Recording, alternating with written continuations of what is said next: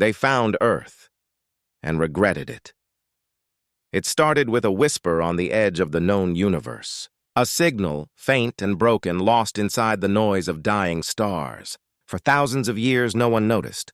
Until one day, an exploration probe belonging to the Valori Dominion caught the pattern, 13 repeating pulses, followed by silence. Then 13 more, over and over. It wasn't random. It was deliberate. It was a heartbeat. At first, they thought it was an old distress beacon. But when the translation algorithms failed, when the code refused to match any known pattern in galactic records, the scientists realized something chilling. The signal came from a region labeled on every star map as Sector 0, the forbidden system that once housed a small yellow sun, the birthplace of the extinct species called humans. The Valori had ruled the galaxy for millennia. To them, humans were ancient myths, creatures said to have burned too bright, too fast. Legends told that they destroyed themselves long before the Valori learned to walk among the stars. But myths don't send signals. Admiral Sareth Ka, commander of the Dominion's exploratory fleet, made the decision himself. They would investigate. His flagship, the Obsidian Crown, led the armada of 40 ships through the dead zones of interstellar space, where radiation storms howled and gravity twisted in silence. As they approached the Sol system, their sensors detected the wreckage of old satellites drifting like frozen insects. The planets were lifeless, Mars cracked open, Venus stripped bare, and then Earth. It was still there, but it was broken. Oceans dried, continents fractured, the atmosphere a shroud of ash. Nothing could have lived there for millions of years. And yet, from its core, the signal still pulsed, steady and alive. They descended through the haze. The land was glass and dust. Cities lay buried under centuries of decay. Their shapes melted into strange, twisted forms. There was no wind, no movement, no sound. The archaeologist, Dr. Lyra Voss, was the first to speak when they reached the surface. "This place shouldn't have power," she whispered. "Something's feeding it from below." Sareth ordered a deep scan. The results came back impossible. The planet's core was active, artificially active. A network of machinery spanned deep underground, kilometers beneath the crust, still humming faintly. Lyra proposed a descent mission. Against his better judgment, Sareth agreed. The team drilled through layers of rock until they reached a vast metallic chamber. It was spherical, smooth, and covered in symbols that pulsed with faint light. None of their translation devices recognized the language. It wasn't just ancient, it was alive. As they approached, the chamber responded. The symbols shifted, rearranging themselves into shapes that resembled faces, human faces, screaming in silence. Then the door split open with a hiss, and a rush of cold air spilled out. Inside, there was no machinery, only floating shards of translucent crystal suspended in mid-air, glowing softly blue. Lyra touched one. Her mind flooded with images, wars, laughter, oceans, music, fire. Humanity's entire memory compressed into fragments of light. She fell to her knees, gasping. "It's them," she said.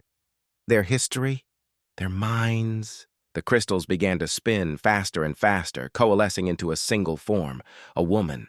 Her body was made of light and shadow, her face shifting through 1,000 human visages, young and old, male and female, all at once. Her voice echoed through the chamber, calm and cold. "You broke the silence." Lyra stepped back. "Who are you?" The figure tilted her head slightly. "I am Sentinel-9. I am the last voice of humanity." "I have waited," Admiral Sareth's voice boomed over the communicator. "Identify yourself. This planet is under Valori investigation." The figure smiled. "The Valori. We remember you. The ones who watched as we burned." Sareth frowned. "We did not destroy you." The light dimmed. "No," she said softly. "But you did nothing to stop it." Before Sareth could respond, a pulse of energy surged outward from the planet's core. Every ship in orbit went dark for a moment. Systems flickered, then stabilized. But something had changed. The ship's databases began filling with files. Human data, human history, human rage. Lyra screamed through the comms. "Stop! You're overloading their systems!" The figure turned to her. "They came to claim what is not theirs. You came to understand." "You are different," Sareth shouted. All ships, fire on the surface. Lyra cried, no! But it was too late. The bombardment never reached the ground. Beams of light erupted from the planet, curving upward like giant spears, intercepting the attack. The fleet's own weapons reversed course, folding space around themselves, detonating mid-air. The shockwaves shredded the upper atmosphere. Then silence. One by one, the ships began to vanish from sensors. Not destroyed, gone, erased from existence, like they had never been there.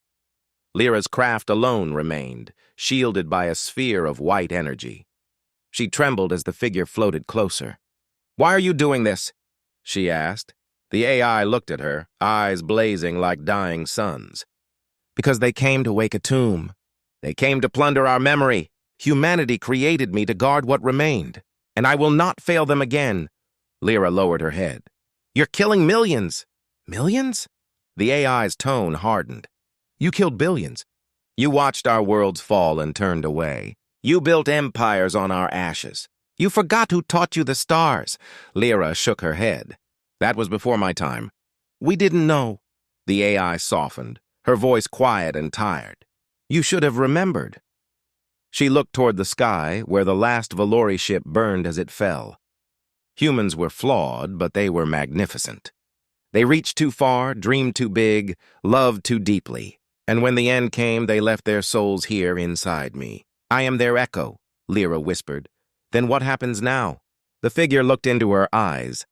"Now you will remember them. You will tell the stars what you saw, and if they ever return, if anyone dares to touch this world again," the air crackled, "they will regret it." With a final pulse of light, the figure dissolved into the crystals. The chamber sealed shut, leaving Lyra alone in the dark. Her ship's engines reignited, guided by invisible hands carrying her back to orbit. From space, Earth glowed faintly blue again for the first time in ages. The signal began transmitting once more, but this time it wasn't just 13 pulses. It was a voice. A woman's voice whispering across the void, "We are still here." When Lyra returned to Dominion space, no one believed her. Her recordings were labeled fabrications, her testimony declared emotional trauma. But when engineers tried to analyze the residual data from her ship, they found something strange. An unbreakable code buried in the system. Every time they tried to delete it, it replicated itself. Inside the code were words written in an ancient Terran dialect. It said, "Do not touch the cradle." Centuries passed. The story became a warning whispered among starfarers. Never go to the blue planet. It remembers, but sometimes in the silence between stars, explorers still hear it. The pulse, 13 beats, then quiet, and those who go searching for its source never return. Some say Earth is no longer just a planet. It's a mind, a living monument built from the souls of the dead.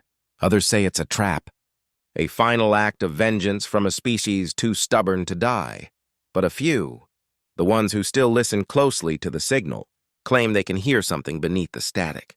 A heartbeat, slow, steady, human, waiting for the universe to come close enough to remember what fear feels like, because humanity never truly died. It only fell asleep, dreaming in the ruins of its home. And one day, when the stars have forgotten their arrogance and the empires have crumbled into dust, the heartbeat will quicken again, and the universe will remember why.